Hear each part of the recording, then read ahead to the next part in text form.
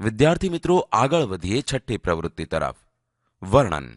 નીચે દર્શાવેલ હેતુ અને સાધનોની નોંધ કરો.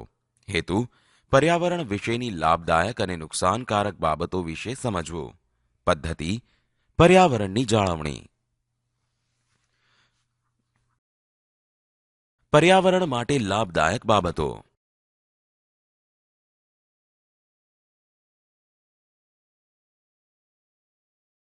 રેડિયો કે ટેપ રેકોર્ડરમાં સંગીત હેડફોન લગાવીને સાંભળવું જોઈએ.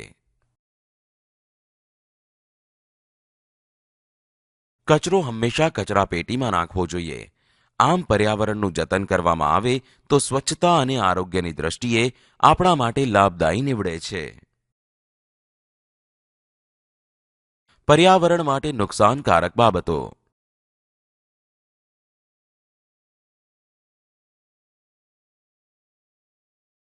વૃક્ષો કાપવા જોઈએ નહીં.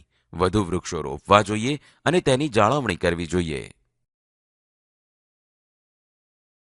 વધુ પડતા વાહનોનો ઉપયોગ કરવો જોઈએ નહીં, જેના ધુમાડાથી પર્યાવરણ પ્રદૂષિત થાય છે.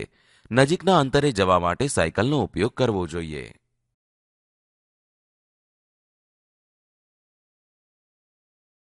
વધુ અવાજ અને ધુમાડાવાળા ફટાકડા ફોડવા જોઈએ નહીં. ફટાકડાના લીધે અવાજનું અને હવાનું પ્રદૂષણ વધે છે, જેથી પર્યાવરણને નુકસાન પહોંચે છે.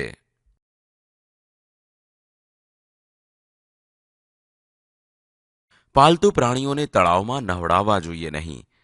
પ્રાણીઓને તળાવમાં નવડાવવાથી પાણી પ્રદૂષિત થાય છે.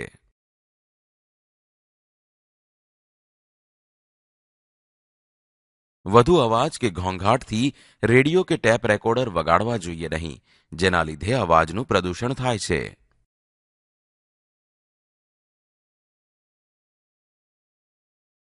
જાહેર રસ્તા કે ખુલ્લામાં કચરો ફેંકવો જોઈએ નહીં.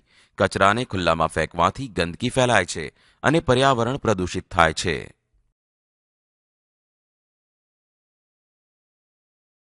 પાણીનો બગાડ કરવો જોઈએ નહીં.